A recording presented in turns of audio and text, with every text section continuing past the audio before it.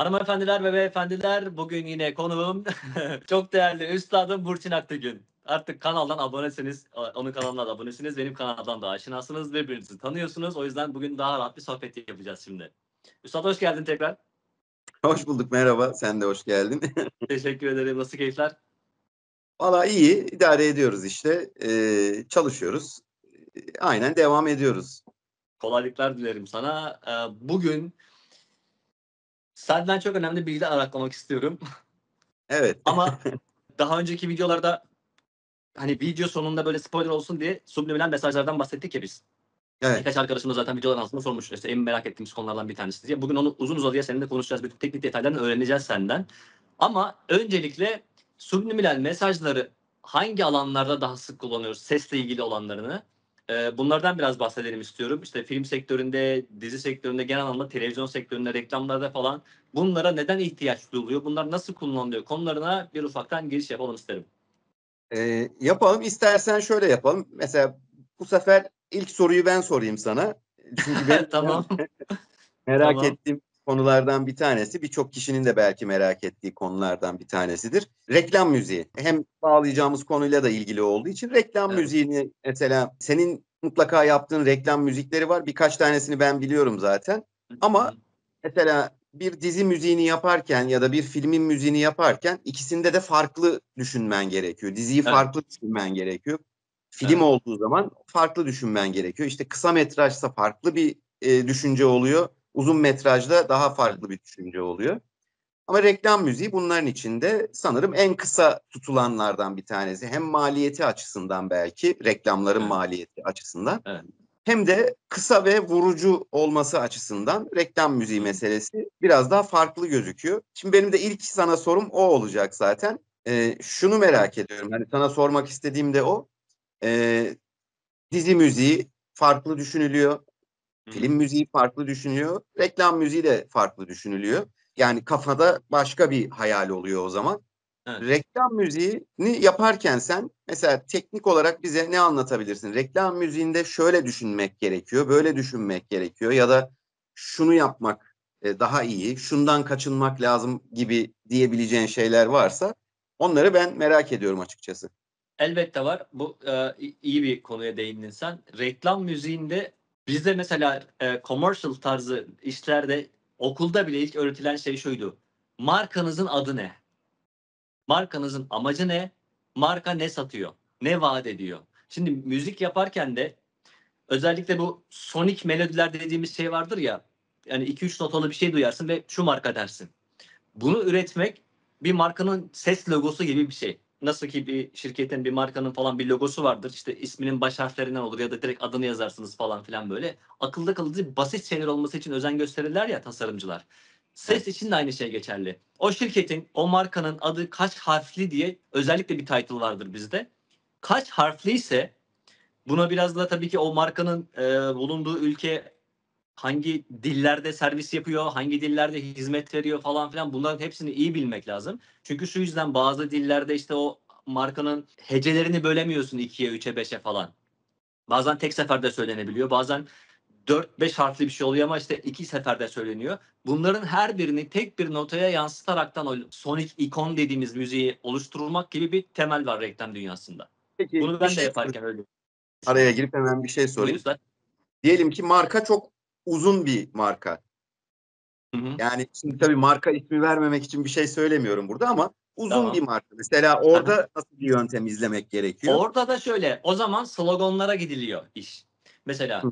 marka adı isterse 5 harfli ya da işte ne bileyim 2 kelimelik bir şey olsun hiç fark etmez. Eğer ki müzikal anlamda bunları böyle sonik melodiyle yansıtamıyorsan o zaman markanın isminden ziyade bu melodiyi yine tasarım ekibinin kreatif ajans dediğimiz genelde onlar yapıyor bu işi.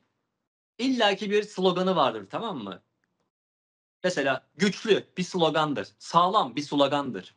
Bunların üzerine bu sefer vurgu yapmaya çalışıyorsun. Anladım.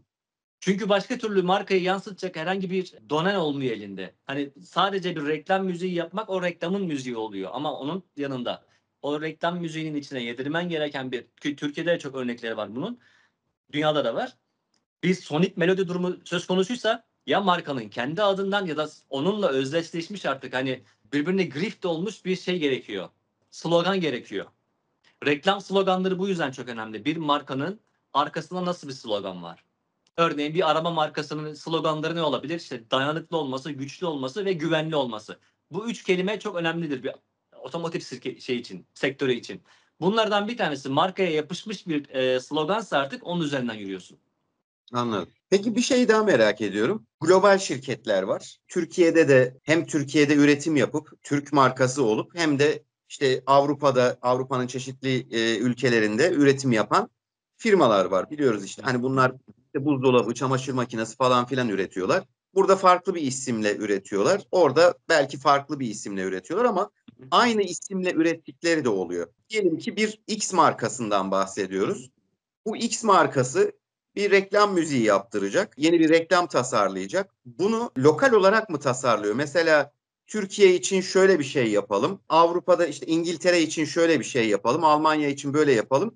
Ya da öyle bir reklam müziği ve reklam yapalım ki bunu hem Türkiye'de hem Avrupa'da hem Afrika'da hem Amerika'da kullanabilelim gibi bir şey mi düşünüyorlar? Ya da hepsini ayrı ayrı yapan da olabilir ama hani sektörü öğrenmek açısından bir de sana sormak istedim. Aslında o şöyle, sana ne için geldikleriyle çok alakalı. Reklam ajansları genelde yani şirketler birebir zaten sana gelmezler. Bir kreatif ajans oluştururlar kendi bünyelerinde. Tamamen tanıtım maksatlı işte tasarımlarını dahi aslında kendileri yapmıyorlar. Bir kreatif ajanslar oluyor sadece bu işlerle ilgilenen. Bunların tek görevi bu işte ilgilenmek. Mesela logo, tasarımcı mısın? Seni buluyor. İşte bu logoya bir müzik lazım. Seni buluyor. Benim bir reklam dizayn etmem lazım. Bir reklam ajansı buluyor. Kreatif ajansın tek rolü budur. Birilerini bulmak, yani aracılık yapmak. Şirketle, yani şirketin sözcüsü gibi düşünelim bunu. Şirketle uyumlu çalışabilecek bir işte reklam ajansı bulmak. Reklamı ona çektirmek. Bir tasarımcı bulmak, grafik tasarımcı, ona logo yaptırmak. Bir müzisyen bulmak, ona işte jingle dediğimiz o reklam müziğini yaptırmak gibi. Ama şimdi büyük markalardaki birkaç aydır böyle bir tanesiyle zaten iletişim halindeyiz. Sen de projenin içindesin, biliyorsun durumu. Evet. Şimdi onlarda şöyle bir durum var. Kreatif ajansları Türkiye'de değil. Hı. Kreatif ajansları merkezde, Londra'da, İngiltere'de. Ama e, Türkiye'nin ekonomik durumuyla alakalı bir artıları oluyor onların. Türkiye'de bu işi yaptırmakla ilgili. Ekonomik düzeyde Türkiye çok daha ucuza geliyor. Dolayısıyla da bu sefer kreatif ajans işte Türkiye'ye gönderdiği işi Türkiye'den gelip beni buldular işte reklam müzikleri için vesaire. Benden talepleri şuydu. Biz bunu globale yapıyoruz. Bu çok önemli bir title şimdi. Benden istedikleri işin şekli değişiyor çünkü. Hani Türkiye içinde bir reklam müziği yaptığınızda bir marka iletişimi olarak çalışacaksanız hani bir besteci bir marka iletişimi olarak çalışacaksa ki daha önce çalışmıştım bir tane markayla 2 sene sürmüştü. Hani reklamı yap ve bitsin değil. Şöyle bir durum oluyor. Bu sadece Türkiye üzerinde hani Türkiye'yi anlatıyorum şu an ama Türkiye özelinde olan bir durum değil. Bütün dünya için böyle. Örneğin bir tane reklam var, bir ürün. Onun reklamı yapılacak ama yıl boyunca yapılacak. Tek reklam istemiyorlar sizden hiçbir zaman. Bana bir Sonic melodi bul. O melodi benim markamın sesi olsun ve onu o ülkede yayınlarken farklı farklı düşünce tarzlarında empoze edebilelim. Bunlar nedir? Örneğin Amerika'da ne var? Cadılar Bayramı var. Cadılar Bayramı için ben bu ürünle ilgili bir reklam yaptığım zaman onun konseptinde de bir şeye çevirebil bu melodiyi. Örneğin yılbaşı. İşte yeni yıl geldiği zaman, Christmas geldiği zaman onun konseptine bu melodiyi çevirebil bana. Türkiye üzerinde konuşursak ne var? İşte özel bayramlar var, dini bayramlar var. Her markanın işte farklı farklı reklamlarını görüyorsun. İşte Kurban Bayramı geliyor, onunla ilgili bir konsept reklamı, onunla ilgili bir konsept müziği. İşte Ramazan Bayramı geliyor, onunla ilgili bir şey. Cumhuriyet Bayramı geliyor, onunla ilgili bir şey vesaire vesaire. Bunların hepsi aslında sizinle markanın arasındaki iletişimin devam etmesi gerekiyor ki istekleri de bu doğrultuda oluyor. Şimdi globalde iş biraz değişiyor. Çünkü lokal hadiseler olduğu için bu işte o ülkenin özel günleri, özel bayramları vesaire. Globale çok çıkamıyorsunuz. Hı. Ya da size şöyle bir istek gelebiliyor bize geldiği gibi. Bizim merkezimiz Londra'da ama Türkiye'de de yayınlanacak bu şeyler, reklamlar. Türkiye özelinde alternatif olarak bunları yaparken bir taraftan Londra özelinde de bir şeyler yap ama bu iş globalde yani bütün dünyada yayınlayacağım ben bu Sonic Melodini senin diyor. Onun yaptığı çalışma tabii ki çok daha kapsamlı hale geliyor o zaman. Evet. Dolayısıyla da az evvel söylediğim konu şu açıdan önemli. Senden ne talep ediyorlar? Lokal bir hani tek bir ülke için mi, bir kültür için mi istiyorlar bu işi senden yoksa global için mi? İkisinin arasında böyle bir fark var.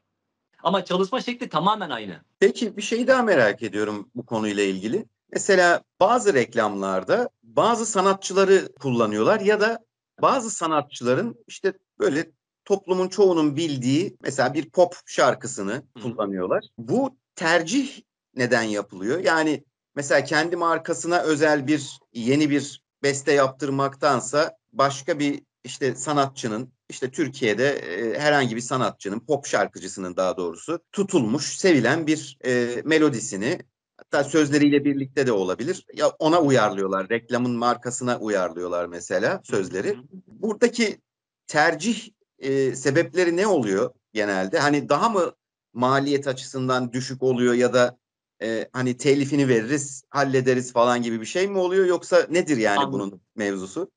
Yok, orada aslında tamamen söylediğinin aksine bir durum var. O biraz markaların gövde gösterisine giriyor. Hmm, Amerika'da özellikle bu çok vardır. Prestij sahibi olmak. Hani bir üründen yapılan bu sinema için de böyle geçerli bu arada. Bazı sinema filmleri var mesela çok büyük şirketlere atıyorum işte Warner Bros'a hiç 5 kuruş para kazandırmıyor ama onun prestiji olarak devamını sağlıyor ya o şirket.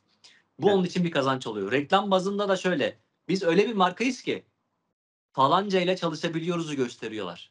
Hmm, Onun örneğini çok yaşadım. Hatta şu anda işte bu konuştuğumuz senin de dahil olduğun projede öyle bir durum söz konusuydu. Bundan önce globalde zaten çok popüler bir müziği kullanmışlar sinyal müziği olarak. Ama maliyetleri o kadar yüksek ki artık bu maliyete girmek istemiyoruz demişler. O yüzden zaten kendilerine has bir sonik melodisi olsun istiyorlar. O yüzden geldiler bize. Bu tarz işlerde tamamen bir prestij meselesi var. Bir de özellikle çok popüler olan insanları seçiyorlar. Onların şarkılarını seçiyor. Zaten hani şarkı bilindik bir şarkı olduğu için bir yerde duyulduğu zaman insanlar kulak kabartır buna. Oradan da birilerini kazanırız kafası da var onda. Falancayı bile hani biz kendi markamıza adapte edebiliyoruz. Bakın öyle bir ekonomik gücümüz var, böyle bir mali gücümüz var. Biz böyle büyük bir şirketizi vurgulamak için yapılıyor bunlar. anladım.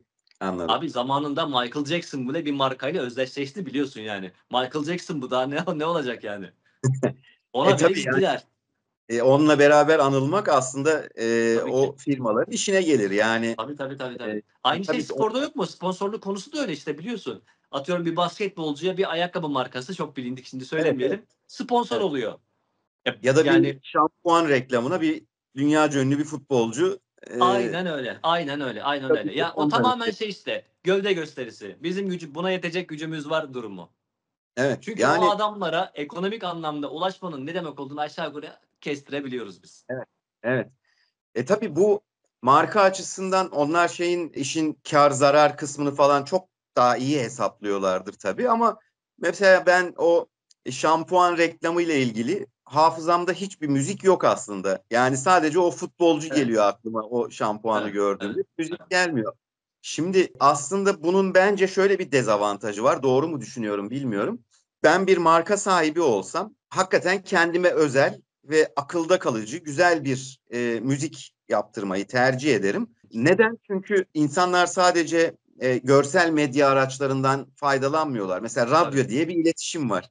Şimdi Evet. radyoda senin o kısa melodin çaldığında da melodi çalar çalmaz zaten insanlar ha şunun reklamı diye hemen geliyor akıllarına zaten. Evet. O ezgiyi yerleştirmek bilince ve bilinçaltına bence daha mantıklı geliyor bana. Yani Hı hı. hiç müziği bile hatırlanmayan sadece bir futbolcu. O evet yani o futbolcu şu an hala futbol oynadığı için, hala sevildiği için şu an Evet. öyle. Hı hı. Ama 3-5 yıl sonra ya da 10 yıl sonra mesela o marka duruyor olursa ki duruyor olur büyük ihtimalle. Hı hı. Muhtemel ya başka figürler bulacak ya Tabii. başka bir Tabii. müzik hani bir müzik yapalım akılda kalıcı olsun falan filan gibi bir şeyler düşünecekler. Evet. Bilemiyorum yani o yüzden bana hep daha mantıklı geliyor. Hem radyodan hem de işte görsel olan iletişim araçlarından o müziğin duyulması ve o müziğin akıllara kazınması bana daha mantıklı geliyor. Bilmiyorum sen ne düşünüyorsun? Şöyle, şimdi kreatif ajanslardan böyle işler için zaten, çeşitlendirilmiş istekler de gelebiliyor. Bir tanesini ben Türkiye'de 5-6 sene oldu, yapmıştım. Markanın televizyon işlerine hiç bulaşmadık. Çünkü öyle bir istekleri yoktu. Sadece radyo jingle yaptığımı biliyorum ben. Hmm. Hani orada çünkü görsel bir şey sunamıyor. Adam bana dedi ki, kreatif ajanstan, gelen mail şöyleydi: "Biz bir, yine sonik melodi istiyoruz ama bu televizyonda kullanılmayacak. bunun lisanslama ücretini ona göre bildi. Çünkü hepsi farklı farklı alanlarda ya, işte sinemaya reklam verdiği zaman sinema ekranında bir reklamın görünme maliyetiyle televizyondakiyle işte onun yanında radyodaki aynı değil. Evet. Benden fiyat teklifi alırken bile öyle bir istekle gelmişlerdi. Bu sadece radyoda kullanılacak. Radyo jingle olarak kullanılacak diye. Şimdi söylediğin durumlarda bunu zaten ayırıyorlar. Ama total bir anlaşma yapılmışsa o zaman tabii ki hepsinde kullanılıyor. Anladım. Şimdi örneğini verdiğin isim çok uç bir isim. Bütün dünya için, tamam mı? Hani bugün böyle internet fenomenleri bilmem neler falan filan diyoruz ya. Bunların hiçbiri fenomen kapsamında değil. İşte bu bahsettiğimiz adam fenomen kapsamında. Futbolla yani kendi mesleğiyle alakalı olmayan bir ürünü bile sattırabiliyorsa bir adam, ben fenomen diye, influencer diye ona derim zaten. Böyle Tabii. 3-5 milyon takipçiyle işte ürün tanıtmaya benzemiyor bu işler. Evet. Şimdi bu tarz fenomen tipler, insanlar her yerde, her sektörde çalışır. Çünkü adamın hayranı sadece futbol hayranı değil. O adamı özel hayranlığı duyan bir kitle de var ortada. Futbolla alakası bile olmasa. Evet. Ve böyle insanlar dünyada sayılı. O yüzden de böyle markalar böyle şeyleri tercih edebiliyor. O velev ki hani emekliliğini ilan etti ve bıraktı o yaptığı işi. Hiç fark etmez. O adam yaşadığı müddetçe bir ikon olarak devam edecek. Hmm. Çünkü o reklamını yaptığı iş ölecek bir iş değil. Ve Evet. mesleğiyle de alakalı bir iş değil. Ya da firma mali yönden onu karşılayabildiği kadar o Yani devam edecek. tabii Yani tabii, yani ya da işte onun yerine alacak olan biri daha çıkacak illaki. Daha belki o kadar popüler olmayacak ama yine göz önünde olan, o işi yapan falan bir adam ya da başka bir sektörden bir adam olacak. İllaki bir logo bulacak kendine. Ya bir figür bulacak kendine logodan ziyade. daha çok bir reklam yüzü bulacak aslında işte. Evet Yani evet, aynen öyle. Aynen öyle. Doğru dedin. tabii bu Aynen bir öyle. de hani firma da zaten şampuan firması olduğu için Hı. görsel herhalde onlar için biraz daha Tabii önemli tabii. oluyor. Aynen öyle. Aynen öyle. Yani Saçların çünkü kuruluş- hani orada bir aslında güzellik title'ıyla bir noktada sağlık da şey yapıyor ya, satıyor ya adam. İşte Evet. saçın sağlıklı olsun, işte güzel görün falan filan. Dolayısıyla da onun gibi bir ikon olması lazım onun gözünün önünde. Hani bir görseli de böyle albenisi olan biri olması gerekiyor. Kadın ya da erkek hiç fark etmez. Onun Evet. yani vaat ettiği şey o çünkü. Evet. Ya bu arada o şampuan da bana hiç iyi gelmiyor. Yani birkaç kere de yani Ya hayatımda bir iki kere herhalde kullanmışımdır. Onun dışında ben de hiç kullanmadım. bu Yapılacak tabii bir şey yok. Yani. evet. Yani aslında bu biraz da şöyle bir şey. Ya insanların zihninde aslında demin çok doğru bir noktaya değindin. Bir yandan da işin sağlık kısmı. Yani sağlıklı Tabii. bir insan gösteriyorlar. Sağlıklı saçlar gösteriyorlar falan. Bu da insanları cezbeden şeylerden bir tanesi Orada ve aslında daha önemli subliminaller de var bak. Şu örneği her zaman vermişimdir ben. Çünkü dediğim gibi bu konu benim okulda öğrendiğim bir konuydu. Commercial tarafında, editorial tarafında. Bakın dünyanın neresinde olursanız olun kafada bir imaj vardır. Mükemmel bir lüks arabanın yanında mutlaka güzel bir kadın vardır reklamlarda, tanıtımlarda. evet, Buna ulaşırsının subliminal mesajını veriyor adam sana. evet, Oradaki işte unique karakter dediğimiz adam futbolcu. Bakın ne kadar başarılı, mükemmel bir hayat yaşıyor ama elinde biz varız. evet. Kişiyi tercihleri oraya götürüyor gibi inanılmaz bir subliminal de var altında. Ki birazdan o konuya geleceğim çünkü çok önemli bir konu o.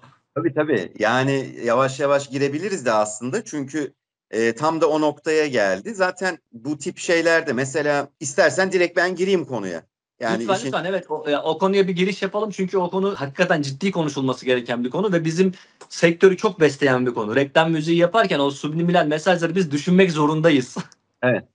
Tabii çok böyle ıncık cıncık böyle detayına girmeyeceğim ama Tamam. hani kısaca insanların, izleyenlerin anlayabileceği şekilde anlatmaya çalışacağım. Mesela araba reklamından bahsettin, okulda öğretilen şeyden. Benim de ilgimi çeken şeylerden bir tanesi oydu reklamlardan. Bir araba reklamı, şimdi hatırlamıyorum. Onların hepsi benim fotoğraf arşivimde duruyor. Araba reklamını bir böyle sisli, puslu bir havada dağ gibi bir yere çıkarken arabayı fotoğraflamışlar. Tabii dağın ön tarafındaki bulutlarda böyle belli belirsiz bir yazı var. O yazının da ne olduğunu söyleyeceğim biraz sonra. Şimdi orada verilmeye çalışılan mesaj şu: bu arabada güvende olursun. Dışarısı ne kadar, çünkü şey yapmışlar, mesela ağaçlık bir bölüm var. O ağaçlık bölümlerde çok dikkatli baktığında mesela bir kuru kafa, ölümü simgeleyen bir kuru kafa işareti var. Ve bulut kısmında da aynısı var. Orada da bir kuru kafa işareti var. Bir yandan ölümü resmedip arabayı da böyle çok biraz daha parlak ve şık bir şekilde oraya konumlandırıp içinde insanlar gülerken, eğlenirken gösterip hani bu arabada güvendesinizin bilinçaltına onun mesajını veriyor. Şimdi bizim bu konuyla ilgili arketip dediğimiz bir mesele vardır ve aslında temelde insan bilincinin veya bilinçaltının çok çabuk reaksiyon verdiği iki tane arketip vardır. Birisi doğum ve üreme, İkincisi ölüm. Bu iki arketip ve hani ölümün altında işte korku, şu bu falan vardır. İşte doğumun altında cinsellik, seks bilmem ne falan vardır. Onlarla hep ifade edilir. Bu arketiplerin altı onlarla doldurulur ama iki temel arketip doğum ve ölüm arketipidir. Şimdi bu iki arketipin önemi şuradan kaynaklanıyor. Bilinçaltının en çabuk reaksiyon verdiği arketiplerdir bu ikisi, doğum ve ölüm. Mesela bir insana subliminal bir ses mesajı, mesela sevdiği bir şarkı listesini yapıp o şarkı listesini işte bana getirdiğinde abi ben sigarayı bırakmak istiyorum. Ona göre bunlara subliminal ses koyar mısın? Eyvallah koyarım da mesela şimdi orada o subliminal sesi koyduğunda şimdi mesela o sesi sürekli işte sigarayı bırak, sigarayı bırak, bak sigarayı bırakırsan iyi olur falan dersen bilinçaltı buna çok çok uzun zaman sonra tepki gösterir. Çabuk sonuca ulaşmak istiyorsan mesela reklamlardaki gibi ya da filmlerde, dizilerdeki gibi daha çabuk sonuca ulaşmak istiyorsan bu iki arketipi kullanman gerekiyor. Yani ya doğumla ilişkilendirmen ya ölümle ilişkilendirmen gerekiyor.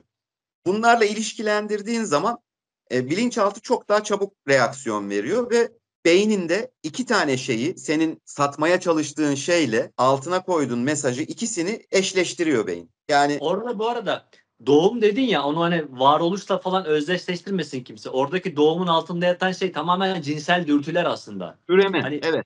tabii insanın böyle bilinçaltı olarak en zayıf ve savunmasız olduğu noktalar özellikle seçiliyor zaten. Hani ölüme bir çaresi yok insanın ve cinsellik konusunda da çok zayıf bir varlık aslında insan. O duvarı yıkmak çok kolay değil insanda. Tabii O yani yüzden direkt oraya empoze ediyor. evet. Bir de dedim ya işte hani bilinçaltı en çabuk bunlara reaksiyon gösteriyor. Yani Evet. doğum kısmı tabii üremeyle alakalı. Yani üreme işin içine girince işte cinsellikti, fantazilerdi, şunlardı, bunlardı ama orada kullanılan arketip genellikle seks kelimesi oluyor. Evet.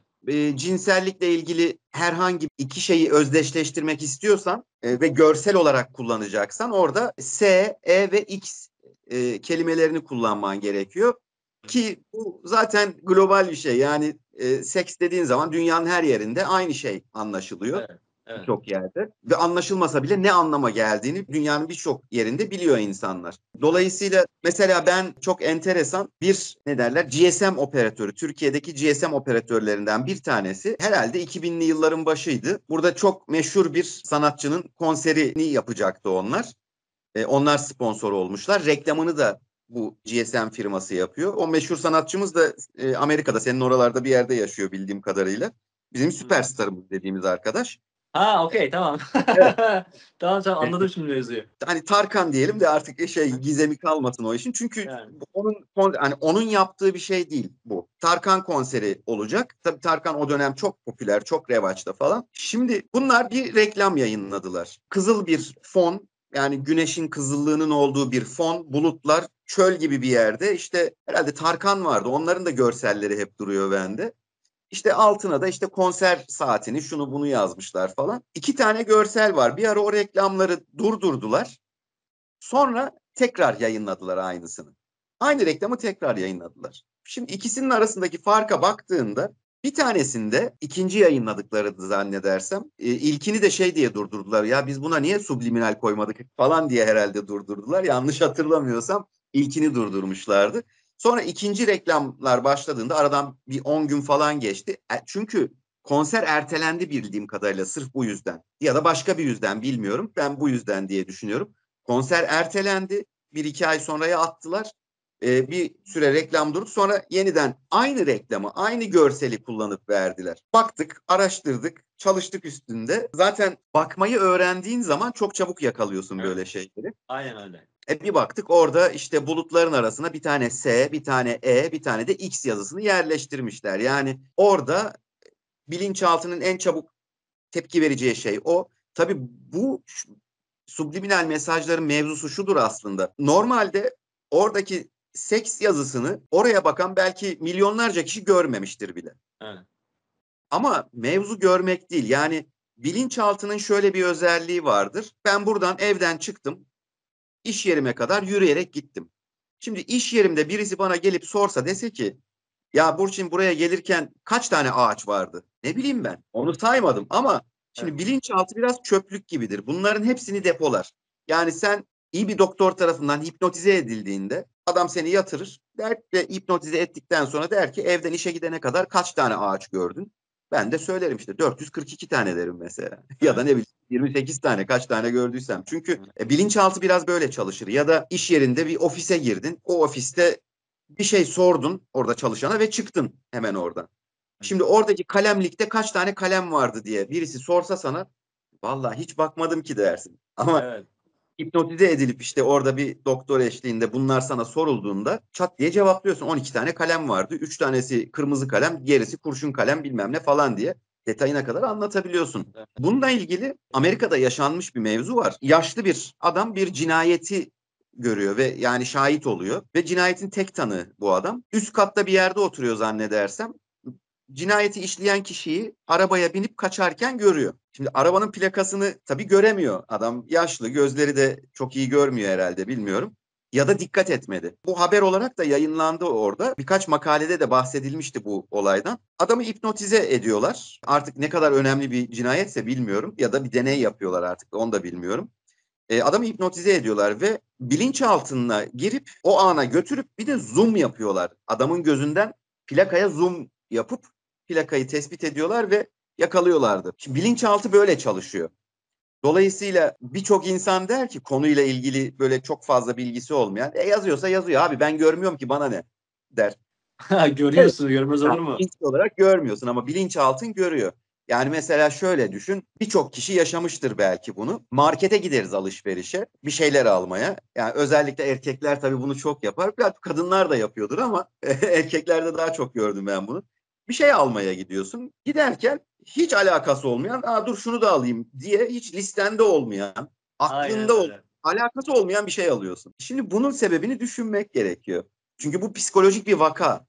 Evet. Bunun neden olduğunu düşünmek gerekiyor. Daha önceden muhtemelen abi ben görmüyorum ki, ya bana ne, onlar bana işlemez mantığıyla gittiğin için onlar da sana bir yerden kancayı takmış. O kancayla sen Aynen öyle. oradan bir şey alıyorsun işte. Yani hani bu bilinçaltı meselesi çok enteresan geliyor bana. Bilinçaltı kullanılarak insanların yönlendirilmesi, daha doğrusu yanlış işlere yönlendirilmesi gibi şeyler de söz konusu oluyor.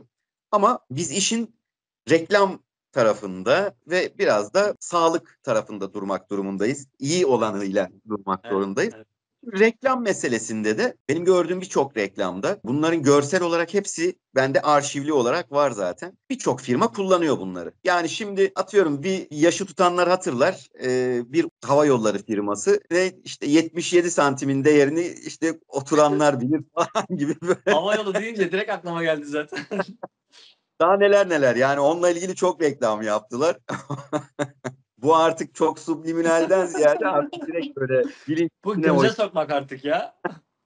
Bu biraz daha bilinç üstüne oynayan mesajlardı ama ya onun dışında da mesela benim kendi yaşadığım bir mevzu var. O da çok enteresan. Benim çocuğum doğduğunda, yani doğduktan sonra işte okula başlayacak falan. Bu okula başlamadan önce hep şey izlerdi. Ben 10 diye bir karakter vardı. Böyle Ha, yeşil evet. Aha. renk çizgi film karakteri, işte Ben 10 izlerdi. Birkaç tane daha böyle çizgi filmi vardı. Onları çok severdi böyle. Onları izlerdi. Okula başlayacağı zaman, ilkokul mu ortaokul mu tam hatırlamıyorum. Ortaokula başlayacağı zamandı herhalde tabii.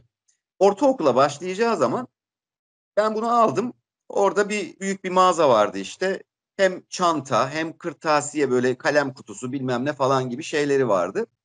Hadi dedim biraz alışveriş yapalım. Gittik ikimiz beraber. Hiç seyretmediği, yani hiç seyretmediği değil, belki bir kere seyretmiştir, beğenmemiştir. Gene Ben 10'e dönmüştür ama hiç alakasız bir şekilde gitti oradan Spider-Man çantası aldı. Ve işte onun kalemliğini aldı falan filan. Ben şaşırdım ilk önce. Allah Allah dedim ya, bu çocuk hiç alakası yok yani bu işlerle. Niye böyle bir tercih yaptı? Anlayamadım. Sonra çok da üstünde durmadım. Aradan 1-2 sene geçti. İşte benim bu subliminal meselesine teknik olarak ve akademik olarak yoğunlaştığım dönemlerdi. Tekrar bir bakayım dedim. Şu aklıma geldi. Hani acaba böyle bir şey var da ondan mı tercih etti diye. Zaten kalem kutusuna baktım, daha bakar bakmaz gördüm. Spider-Man alevler içinde ve alevlerin üstünde koskocaman seks yazısı. Yani oradan oraya eşleştirme yaptım. Evet. Yani bilinçaltı, çocuğun bilinçaltı oradan almış, kafada bilinçaltında tutmuş, eşleşmeyi görünce evet bu deyip onu tercih etmiş falan. Bu kadar yani ortaokul çağındaki bir çocukta böyle bir şey işler mi? İşliyor. Evet. İşliyor yani. Bizzat şahidi oldum. Yani eğer bu çok büyük bir tesadüf değilse bizzat şahidi olduğum şeyler. Bu benim kendi yaşadığım şey. Bunun dışında da tabii yaşanan bir sürü şey var. Reklamlar konusunda da çok farklı teknikler de kullanılıyor bu arada. Audio Spotlight diye bir teknoloji geliştirdiler mesela. Şöyle tepeye, marketlerin tepesine, belki Amerika'da vardır, Türkiye'de yaptılar birkaç yerde. Hoparlör koyup, ama Audio Spotlight dediği şu: hoparlör yukarıdan sadece şu alana ses veriyor. Evet. Yani Evet. o alanın dışına çıktığında ses vermiyor. Bunu şey gibi düşünmek lazım. Hani normalde biz lambayı yaktığımızda ışık hemen dağılan bir şeydir. Ama lazer dediğimiz şey o ışığı toplayıp tek bir noktaya veren bir şeydir. Aslında lazerin yani ses versiyonu diyelim. Bu Audio Spotlight diye geçiyor. Aynen sesi toplayıp yukarıdan aşağıya ya da yandan fark etmez. Sadece bir bölgeye veriyor ve o bölgenin yanından geçtiğinde bile o sesi duymuyorsun. Sadece o reyonun önünde durduğun zaman o sesi duyuyorsun. Orada bizim vefat etti işte Huysuz Virjin'in bir şeyi vardı, konuşması vardı, reklamı vardı. O açık açık yapıyordu ama şimdi düşünsene mesela bu teknikle sen marketin içinde insanları fırfır döndürürsün. Tabii. Yani çünkü adam yanına dönüyor. Ya o sesi sen de duyuyor musun diyor. Ne sesi diyor yanındaki. Yani bunun yukarıdan gelen ilahi bir mesaj olduğunu falan zanneder Türkiye'de insanların çoğu. Git şu marka bulaşık deterjanı al diyor sana yukarıdan birisi.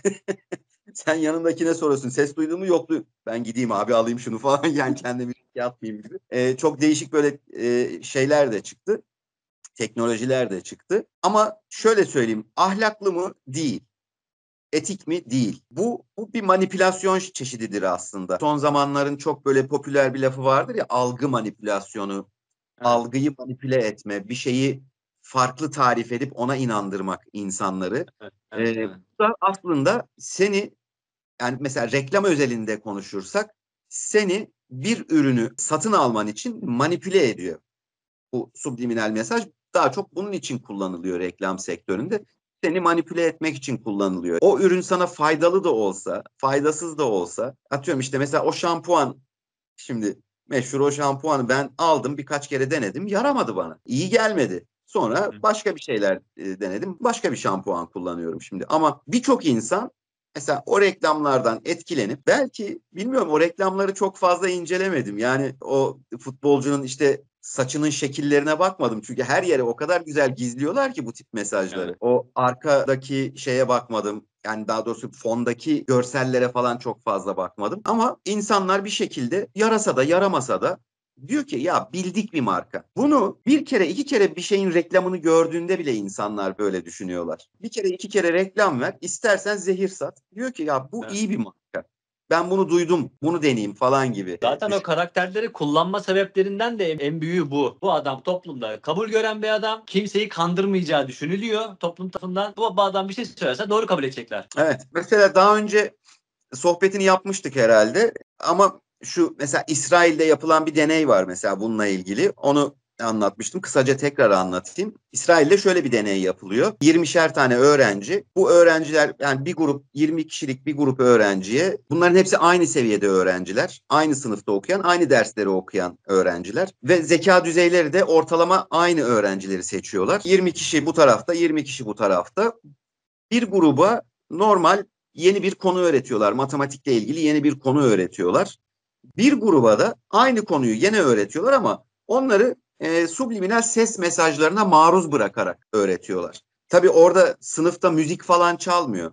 Yani subliminal ses mesajı dediğimiz şey insan eşiğinin duyma frekanslarının birazcık altında ya da birazcık üstünde olan frekanslarla üretiliyor. Dolayısıyla bir şey duymuyor çocuklar ama onlara böyle bir subliminal sese maruz bırakarak bu konu anlatılıyor. Diğer gruba da herhangi bir şeye maruz bırakmadan aynı konu anlatılıyor. Yapılan sınav sonucu, yani sınav değerlendirmelerin sonucunda subliminal ses mesajlarına maruz kalan öğrencilerin daha başarılı olduğu gözlemleniyor. Tabii doğal olarak gözlemleniyor. Şimdi ben bu makaleyi okurken şey düşünüyordum. Ulan tabii işte formülleri falan subliminal yerleştirdiler çocukların kafaya. Çocuklar ha böyle bir formül falan gibi. Yani öyle yani onu anladım makalenin ilgili bölümüne geldiğimde. Orada yapılan şey şu. Yani bu subliminal ses mesajı herkesin üretebileceği bir şey değil o anlamda. Yani onu örneğini vermeye çalışıyorum. O deneyde çocuklara subliminal ses mesajı olarak verdikleri mesajlar ben ve ailem biz biriz. İşte annem, babam, ben ve kardeşim biz bir bütünüz, biz biriz falan gibi mesajlar vermişler çocuklara. Subliminal mesaj deyince ben tabii kafa direkt arketiplere gidiyor. İşte doğum, ölüm acaba nedir falan diye düşündüm. Ama çok akıllıca bir şey yapmışlar. Yani orada çocukların aslında özgüvenine oynamışlar. Yani özgüvenlerini yükseltici çalışmalar yapmışlar. Bu da çok mantıklı ve bir yandan bu örnek bana şunu da öğretmiş oldu. Basit bir sigara bırakma olayı bile olsa o mesaj üretimi benim işim değil. Yani Evet. o mesaj üretimi bu işleri bilen bir psikoloğun ya da bir psikiyatrın işi. Konuyu bilen bir uzmanın işi daha doğrusu. Dolayısıyla mesela subliminal sesin nasıl üretildiğiyle ilgili bir sürü internette böyle yalan dolan şey dolaşıyor. Hadi diyelim doğrusunu buldun, ürettin. Vay be işe yaramadı. Yaramaz. Çünkü bu iş için bir de o mesajı düzgün olarak aktarabilecek, Evet. mesajı yazabilecek, mesajı sana verebilecek psikolog gerekiyor. Yani ne okunması gerekiyor, ne söylenmesi gerekiyor. Dolayısıyla yani bu iş böyle gerçekten profesyonel yapılan bir iş. Ama şuna da çok kaymamak gerekiyor. Bu sohbetini yapmıştık ama uyarı olarak gene söylemekte fayda var. Böyle uykuda İngilizce, uykuda bilmem ne falan gibi böyle abuk subuk şeyler çıkıyor. O işlere bulaşmamak gerekiyor. Çünkü Çok riskli şeyler ya. çok riskli. Orada size verilen mesajın ne olduğunu bilmiyorsunuz. Evet.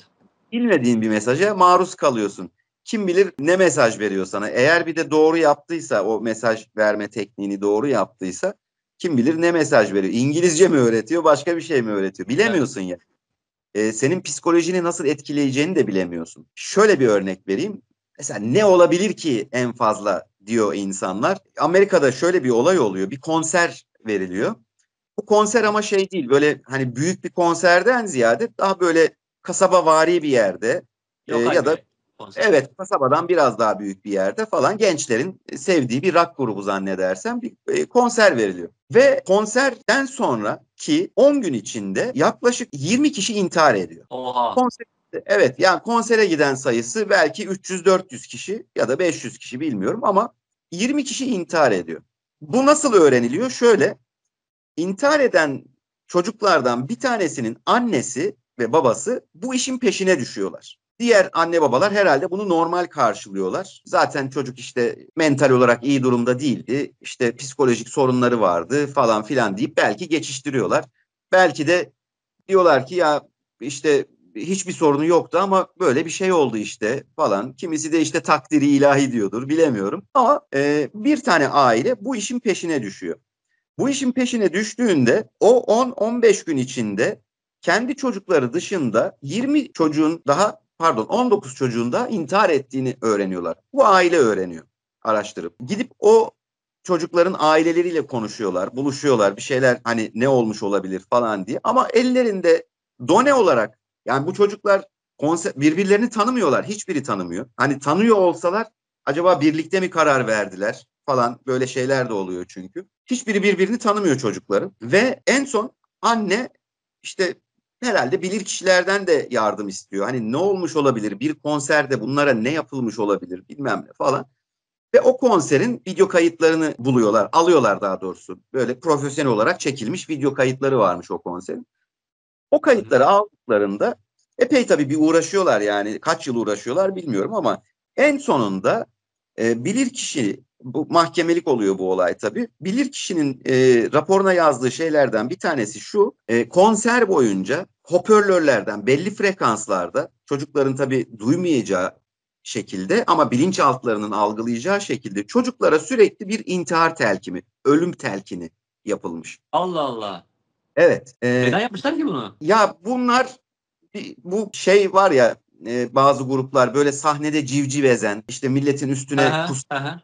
falan filan, böyle psikopat gruplardan bir tanesi. Böyle bir şey yapmışlar bunlar da. Hani civcivi ezmeyelim ya da milletin üstüne işte işemeyelim de biz de şöyle bir şey yapalım falan gibi bir şey yaptılar Allah herhalde. Allah. Çok enteresan. O dava sonucunda zaten yargılanıyorlar ve hapse giriyorlar bildiğim kadarıyla.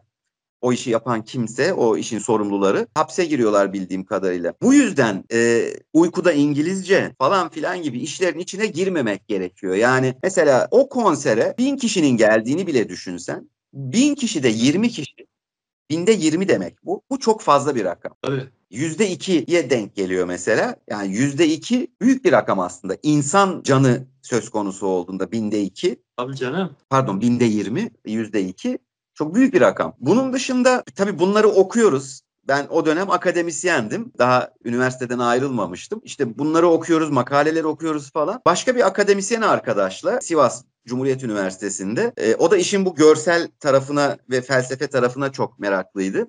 Hala da orada çalışıyor arkadaşım. Onunla bir deney yapmaya karar verdik ve bu deneyi de şeyde aslında uluslararası indekslerde taranan bir dergide yayınlamak üzere bu deneyi yapacaktık. Deneyimiz şuydu. Bu arkadaş seminerlere gidiyor. Birçok okula bu konuyla ilgili seminer vermeye gidiyordu. Bazılarına ben de gittim. Bu seminerlere her gittiğinde işte en az 100, 200, 300 öğrenci, belki daha kalabalık öğrenci grupları tabii dinlemeye geliyorlar. Bu projeyi yaptıktan sonra, bu deney projesini, gittiği seminerlerde şöyle bir kart veriyor öğrencilere. Bu kartın bu tarafında bir takım markalar yazıyor. Marka dediğimde işte alfa, beta, teta, delta, zeta falan gibi böyle 10-12 tane isim, marka yazıyor. Bir de kağıdın arkası var. 1 numara ve 2 numara olarak. Aynı markalar orada da yazıyor. Şimdi Onlar dedik, frekans aralıkları değil mi? tabii ama biz marka olarak düşündük. Şimdi orada marka ismi veremeyeceğimiz için deneyde Aha, tamam. hani A markası, B markası bilmem ne falan demekten ziyade işte dedik ki alfa, beta, teta, delta, zeta falan gibi şeyler yazdık oraya. Öğrencilere girerken bu kartlar dağıtılıyor ve öğrencilere şunu söylüyor arkadaş. Diyor ki önünüzdeki karttan 1 numaralı yüze bakarak oradan bir tanesini seçin diyor. İşaretleyin diyor. Seçiyor öğrenci ve kartı kapatıyorlar. Sonra bu konferansa başlıyor. Ben o konferans boyunca insanları beta'ya yönlendirecek bir ses kaydetmiştim. İşte beta'yı seç, beta'yı seçmen gerekiyor falan filan gibi sesler kaydedip ve bu sesleri işte yaklaşık 2,5 saatlik bir ses kaydı yaptım. Tabii yani çünkü konferansın ne kadar süreceğini bilmiyorsun. Hani 1 saat, 2 saat, 2,5 saat, 2,5 saat yeter dedim. Ve bulunduğu yerin, konferans salonunun hoparlörüne bunu çaldırmasını istedim. Çaldırdı. Tabii kimse duymuyor doğal olarak. Yani orada arkadaş, hocam mikrofona konuşuyor. İnsanlar dinliyorlar ama o arada hoparlörden de böyle duymadıkları ama bilinçaltlarının duyacağı şekilde işte beta'yı seç, beta'yı seç falan gibi komutlar geliyor. Konferans bittiğinde öğrencilerden tekrar rica ediyor. Diyor ki arka yüze şimdi dönün, tekrar bir marka seçin diyor. Tekrar bir marka seçiyorlar. Ondan sonra biz kartları topluyoruz. Başka bir üniversitede, başka bir konferansta gene aynısını böyle 3-4 yerde yapıldı. Sonrasında bunları ayıklıyoruz. Mesela her iki tarafa da beta'yı seçmiş olanları eledik.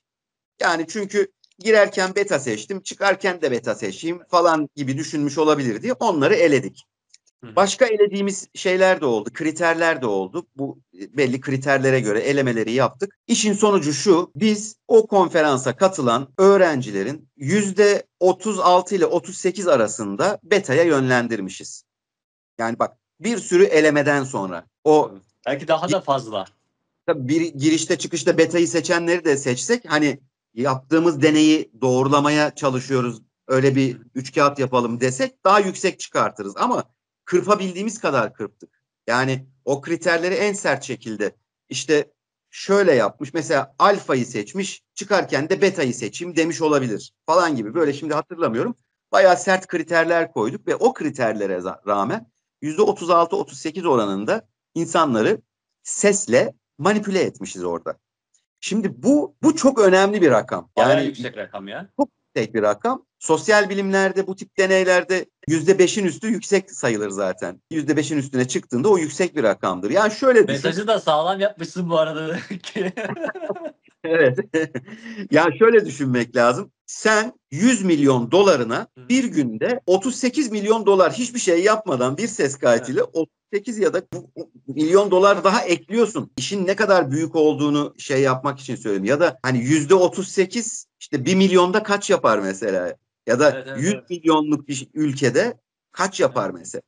38 milyon yapar. Yani Bir anda 38 öyle bir milyon. şey mümkün değil ya. Benim bile bir haftam oluyor düşün. Tabii yani çok hakikaten daha önce de söylemiştim. Aslında bu subliminal ses mesajı meselesi biraz böyle ben ruhsatsız silah gibi gözüm. Fena fena hem de nasıl? Ciddi Evet. silah ya.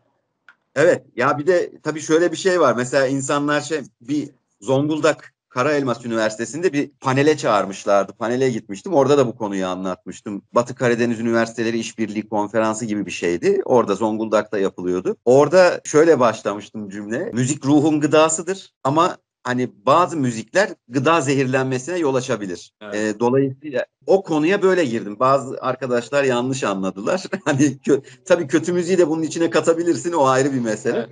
Ama benim kastettiğim o değildi, buydu aslında. Böyle işte bir manipülasyon konusu. Yani sesle, frekansla uğraşmak, bilimsel olarak da uğraşmak hakikaten insanın hem zihnini açıyor hem de hayretlere düşürüyor. Vay vay falan diye. Yani Tesla'nın böyle çok ortada dolaşan bir lafı vardır işte. Dünyayı anlamak istiyorsan frekansları anla ilk önce Frekans. falan gibi. Var mıdır öyle bir lafı? Onu da bilmiyorum. O çok önüme düştüğü için şey yapıyorum. Bizim Nejat İşler için böyle aklına gelen bir yazı yazar oraya. Altına da Nejat İşler yazar. Hani Tesla'nınki de öyle bir şey mi bilmiyorum ama böyle bir gerçek var ama yani frekans meselesini anladığında hakikaten bir sürü şeyi anlayabiliyorsun, çözebiliyorsun. Bir kere bakış açın değişiyor. Her şeye bakış açın değişiyor. Evet ya işte hani reklam dünyasının falan çok böyle başvurduğu büyük. Gerçi sadece reklam dünyasının değil artık herkesin böyle çok fazla başvurduğu bir şey tanıtmak, bir şey satmak için uğraşan her yapının çok başvurduğu bir şey bu ama işte çok dikkat etmek lazım. Bundan nasıl korunacağını da biraz bilmek lazım. Valla Geçen videoda konuşmuştuk. Görsel olarak tespitleri daha kolay ama sesle tespiti yani neredeyse mümkün değil. Yani ses işinden anlamayan bir adamın bunu tespit etmesinin bir yolu yok. evet, görsel olarak dedim ya, mesela görsel olarak bir tane ben kitap okudum. O kitabı okumam yetti mesela. O kitabı okuduktan sonra bütün görsellere bakış açım değişti. O gözle bakmaya başlıyorsun. Oradan aldığın bilgilerle bakmaya başlıyorsun. Ve görseli çok daha rahat keşfedebiliyorsun. Daha farklı bakabiliyorsun. Evet, evet, evet. Ama müzikte, seste bundan korunmanın bir yolu yok. Evet. Yani bundan korunmanın belki birkaç yolu vardır. Nasıl söyleyeyim? Frekans aralığı çok düşük kulaklık kullanırsın falan ama bu sadece kulaklıkla bitmiyor ki. Tabii Bu işin canım. televizyonu var. Arabada dinlediğin Aynen müzik öyle var. yani. Ya Yani markette bile varsa ondan aynen olacak. Yani bu biraz karşı tarafın insafına kalmış bir durum. evet. Evet. Çok çeşitli manipülasyon teknikleri vardır. Mesela özellikle tabii alışveriş, yani bu bir ürünü satma konusunda bir ara National Geographic'te bir şey vardı, bir program vardı. Onu çok severdim ben. İnsanların zihniyle nasıl oynadıklarını anlatıyorlardı. 3 tane mısır paketi koyuyorlar sinemada. Öyle bir fiyatlandırma yapıyorlar ki seni büyük boy almaya teşvik ediyorlar. Küçük boyla orta boy arasında bir fiyat farkı koyuyorlar. İnsanlar diyorlar ki ya küçüğü alacağımı ortayı alırım. Ama Aynen büyüğe bir öyle. fiyat koymuşlar. Bir dakika ya, ortayı Çok alacağıma yakın. büyük alırım. Aynen Yani öyle. aslında çok böyle enteresan taktikleri var. Yani mesela çok böyle büyük marketlere girdiğinde reyonların dizilişine kadar. Tabii. Mesela birçok markette ilk girdiğinde meyve sebze reyonuyla karşılaşırsın. O tamamen psikolojik bir meseledir. Çünkü bir anne ya da bir baba markete girdiği zaman aklındaki ilk şey, daha doğrusu bilinçaltındaki ilk şey doyurmaktır. Eşini, çocuğunu, çoluğunu doyurmaktan geçer. O Hı yüzden hı. ilk başa onları koyarlar. Bir de böyle su fiskiyesi falan yaparlar. Oradan sular falan gelir, buharlar çıkar. Taze görünsün falan diye. Tabii tabii. Görüntü de yaparlar. Etiketler zaten hep öyle. Psikolojik etiketler 29.99 işte 33.28 falan gibi, yani 28 çok olmaz tabii de hep 99'lu şeyler, yani Evet, evet. table'a çıkmayan etiketler falan. Bir şeyi çok fazla yapıyorlar. Adam diyor ki şu üründe %15 indirim var diyor. Bakıyorsun bir ay önceki fiyatla aynı fiyat. Ya da bir hafta önceki fiyatla aynı fiyat. İndirim falan yapmamış. Sadece psikolojik olarak insanlar aldıklarında çok pahalı almışsın dememeleri için, ama %15 indirim vardı, bak bir de indirimde aldım. Bir sürü psikolojik şeyi düşünüyorlar. Yani et reyonlarında da öyle. Birçok reyonda, yani marketleri o tasarımlarını yapan adamlar, hani kimse şöyle düşünmesin ya, marketi alıyor, ben bir zincir market işte büyük market 3 harfli marketlerden birini aldım. Açtım burada. Kafama göre dizeyim ya. Şuraya işte bisküvi reyonu, Yok. şuraya işte Tabii, hiç yok. kimse böyle yapmıyor. Yani büyük Ya marketlerin şeyin hiçbiri böyle.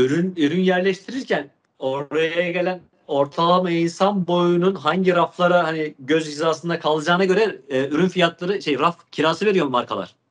Evet, evet. Bir Bir de o. insan yürürken hani benim ürünü görmek için eğilmek zorunda kalmasın. Gözü sağda olsun. Hani bu hani baktığı açıda olayım ben diye ekstra ona raf kirası veriyor.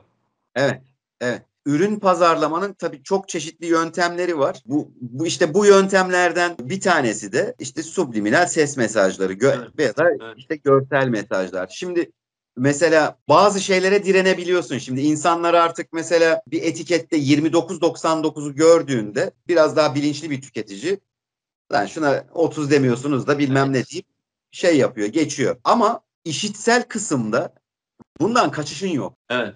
Yani kimse, ulan bu müziğin altında bana subliminal de şunu veriyorlar bak almıyorum falan. Kimsenin böyle bir şansı yok. Benim de öyle bir şansım yok. Yani çünkü kimsenin bunu duyma şansı yok. Hani bunu en fazla böyle çok şüphelendiğiniz, bunun da teknikleri vardır. Mesela bir reverse tekniği vardır. Müziklerde çok yaparlar onu. Ters çevirme. Kelimeyi mesela Hı bir hı. müziğin altına diyelim ki Burçin dedin. Onu ters çevirip Niçrup diye o sesi reverse ediyor. Niçrup diye böyle müziğin altına koyuyor. Sanki müziğin bir öğesiymiş gibi duyulacak şekilde yapıyor. Bilinçaltının tabii şöyle bir özelliği var. Bilinçaltına ters de gitse, düz de gitse bilinçaltı alıyor onu, düzeltip alıyor. Yani aynı göz meselesi gibi. Göz de mesela normalde gözümüzle baktığımızda aslında ters görüyoruz da o içerideki işte retinaydı şuydu buydu bir şeyleri çevirip öyle bize gönderiyor beyne. Onun gibi bir şey, bilinçaltı da bu şekilde çalışabiliyor. Mesela reverse tekniği kullananlar var. Reverse tekniğiyle yapılan şeyleri hani bulmak biraz daha kolaydır. Çünkü o müziği kaydedip ya da kaydedilmiş müziği alıp sen reverse yaptığında bu sefer doğrusunu duyacaksın orada. Belli frekansları kesip belli frekansları arttırdığında. Ama bir iki teknik var ki benim bahsettiğim teknikler onlar. O teknikler çok zor. Tespit etmek de çok zor. Anca o ham kaydı alacaksın. Dinletilen kaydı alacaksın. Özel birkaç tane program var. O programlarla açacaksın ve orada şeyi zaten görüyorsun. Ben birkaç kere yakaladım öyle. O programda mesela senin müzik işte şu dalga boyunda gidiyorsa bir bakıyorsun üst tarafta böyle incecik şu dalga boyunda bir şey gidiyor. Mesela şu kadar boyda, kısa bir boyda. Ha diyorum, oraya bir mesaj yerleştirilmiş. Onu oradan alıp o frekansı başka bir frekansa çekip ne dediklerini anlama bir ihtimaller var ama çok teknik bir çalıştırma gerektirir ve örgütlü bir çalışma gerektirir. Örgütlü çalışma derken bu örgütü kuracak olan da devletlerdir zaten. Tabii. Örgüt dediğim de hani kurumlar aslında. Hani Evet, devletin evet. ilgili bir örgütlenme Bunun yap. mafyası çıkıyormuş düşünsene. Yani pek Subliminal mafya. zannetmiyorum. Pek zannetmiyorum ama evet, bu işin biraz tehlikeli boyutu. Çok fazla kaçış yok bu işten. Ama yani insanlar sadece ürün konusunda en azından hani bir markete gittiklerinde hiç alakası olmayan bir şey alıp yok yok almayayım falan diye bırakabilirler. Bununla ilgili çok güzel bir karikatür vardı. Sen anlatırken şimdi aklıma o geldi. Onu ortaya koyacağım yayınlarken. Buna bak görürsün. Çok gülmüştüm onu gördüğümde. Aynen bahsettiğim mevzu. Tam birebir yani. Evet. Evet. Yani konuyla ilgili aklıma gelenler, işte anlatabileceklerim bunlar, ama izleyen arkadaşların ekstra soruları olursa bu videonun altına yazarlar. Ben eğer çok soru gelirse ayrı bir video yaparız tabii. Evet, Onlar. subliminal mesajlara 2 diye devam ederiz o zaman. Çünkü Evet. Biz şu anda sadece reklam departmanı için konuştuk. Hani ürün tanıtım, satış şu bu falan filan. Daha subliminalin daha kullanıldığı nereler var? Sinema filmleri nerede kullanılıyor bu? Televizyon dizileri nerede kullanılıyor bu? Bazı dizileri bir duyuyorum çünkü. İzliyoruz bunu ya bir şekilde. Ya tamam da seni ona çeken şey sadece işte orada izlediğin oyuncu ya da konusu falan filan değil. Aslında neler dönüyor? Şu konuda bir ricada bulunmak istiyorum. Yani lütfen bana şu sorularla gelmeyin. İşte hocam ya da abi bunu nasıl yapıyoruz? Hangi programda yapıyoruz? Öğretsene, bir anlatsana falan kısmıyla gelmeyin. O kısımda biraz ketumum. Çünkü herkesin bilmesini istediğim şeyler değil. İnsanlar deneme, yanılma yöntemiyle bir sürü insana zarar verebilirler falan farkında Evet. olmadan, bilmeden, istemeden. Kendi kendilerini öğrenebiliyorlarsa öğrensinler ama benden bu konuda yardım talep etmesinler. Ama Evet, onun evet. Yok. başka O konuya soruları olur. müsaade etmeyiz. O çok riskli bir konu. Gerçekten riskli bir konu. Yani burada böyle yani sohbet ederken gülüyoruz, eğleniyoruz ama hakikaten çok ciddi şeylere sebebiyet verebilir ve bunun da ağır bir sorumluluk bu. Bunları öğrenmelerini ben niye istiyorum insanların? Senin vasıtanla korunmayı da bir taraftan öğrensinler böyle şeylerden. Evet, evet. Kendinize dikkat edin aman. Kulaklarınızı kapatın bazı şeylere. Gözlerinizi kapatın bazı şeylere. Derken biz bu videonun altına yerleştirmişiz mesela. Vallahi değil mi? Video 10 milyon falan izleniyormuş. Abi onu Yok, yapacak adam en başta buradan yapar zaten, tamam mı? Hiç öyle bir niyetimiz yok. Biz evet. sadece burada bilgi Ya aktarmaya şöyle çalışıyoruz. söyleyeyim. Konuyu bitirmeye çalışıyoruz ama yani şunu da söylemekte fayda var. Ben açıkçası evet bu konuyla ilgili çok uzun zamandır çalışıyorum. Akademik olarak da çok uzun zamandır çalışıyorum. Yani şöyle söyleyeyim. Benim bu mevzuları keşfettiğim dönemler, tanıştığım dönemler 2004'lü yıllardı. Evet, evet. 2004-2005'li yıllardı. Ben yani neredeyse 20 yıl geçmiş üstünden. Şimdi 20 yıldır bu konuyla ilgili çalışıyorum ve akademisyenken de bu konuyla ilgili çok ciddi akademik çalışmalar yaptım. Dolayısıyla yani şu ana kadar bu işle ilgili ekstra yani deneysel akademik çalışmalar dışında deneysel şeyler yapmak bana hiç ahlaki gelmedi, etik gelmedi. Asla yapmam ve yapmıyorum da zaten. Bu evet çok cezbeden bir konu. İnsanları çok cezbeden, düşünsene bir anda %38'lik bir kitleyi düşün. Ana muhalefet partisi şu an %37'lerde, 38'lerde bir oy oranı var ve Türkiye'nin birinci partisi olarak gözüküyor. Sen bu kadarlık bir kitleyi etkileyebiliyorsun. Türkiye'nin birinci partisi oranında bir kitleyi etkileyebilecek düzeyde bir işle uğraşıyorsun. Dolayısıyla bana böyle çok ahlaki gelmediği için, etik gelmediği için deneyler dışında hiç böyle bir şey yapmadım, yapmıyorum da. Onu da belirtmekte fayda var. Tamam üstad, teşekkürler. Bunu dipnot olarak vermemiz iyi oldu. Çünkü olacağını biliyorum, tamam mı? Geçen seferki videoda da hani ben bahsetmiştim ya sana. Evet. Kesin bir şeyler gelir falan diye. O konulara hiç girmeyelim. Ya tabii ya insanların mesela bilmesi önemli, Tabii ki.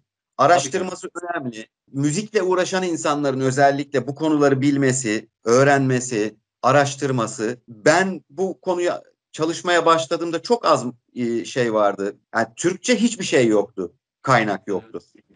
Yabancı kaynaklar vardı. Mesela bu İsrail'de yapılan deneyler, işte Rusya'da yapılan, Fransa'da yapılan deneyler var. Ben bunları hep kendi orijinal kaynaklarından okumak zorunda kaldım. Yani onları çevirttirdim işte arkadaşlara tıkandığım yerlerde oralardan baktım, ettim, öğrendim. Yapım kısmını da kendim çalışarak çeşitli programlarla falan üreterek öğrendim. O işin teknik kısmını öğrenmeye bence çok da gerek yok ama insanlar neyle uğraştıklarını bilsinler. Çünkü müzik denilince bizim insanlarımız ve bazı toplumlarda böyle çok çabuk gözden çıkarılabilen bir kesimdir müzisyenler. Aslında uğraştığımız iş çok da tehlikeli bir iş. Yani bir yandan da öyle bir iş.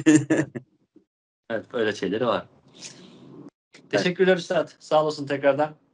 ben teşekkür ederim. Sonraki konularda, sonraki videolarda yine bir araya geleceğiz zaten seninle. Evet. Zaman ayırdığın için sağ ol. Bir sonraki videoda görüşmek üzere. O zaman kalın sağlıcakla.